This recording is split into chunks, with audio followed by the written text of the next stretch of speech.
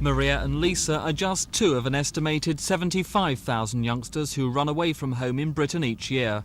40% end up in the capital looking for work, a place to live and the so-called bright lights of London. But many end up sleeping rough and turn to prostitution, their only means of earning money.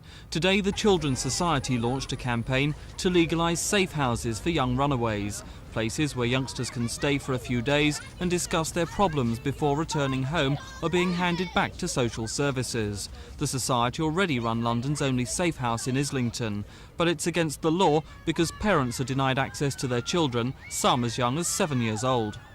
We opened the first one here in London 4 years ago. We've had more than 1,000 runaways through it, and in all that time, technically, we've been breaking the law with every single runaway. But as you say, they're for under 17-year-olds, they are breaking the law.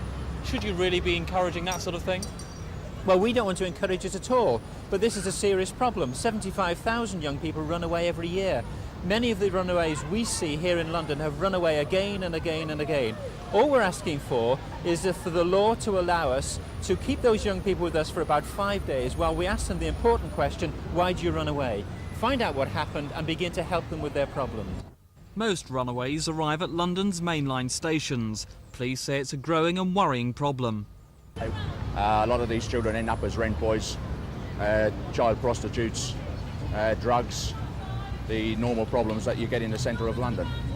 So it's absolutely imperative that we get them off the streets. But life for a runaway in London can be a nightmare. Well, before we come, my mate told me that she had somewhere where we could both stay. And when she come down, she told me that she didn't.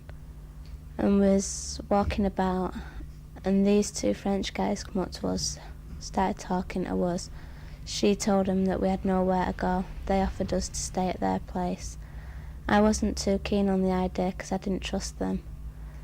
But she turned and says, oh, it's all right, there's only two of them. So I thought, why not?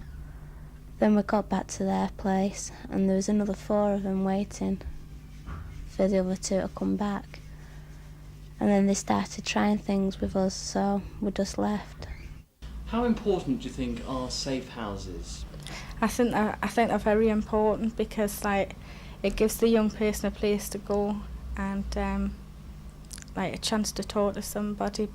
But some London MPs say they'll only encourage more youngsters to run away.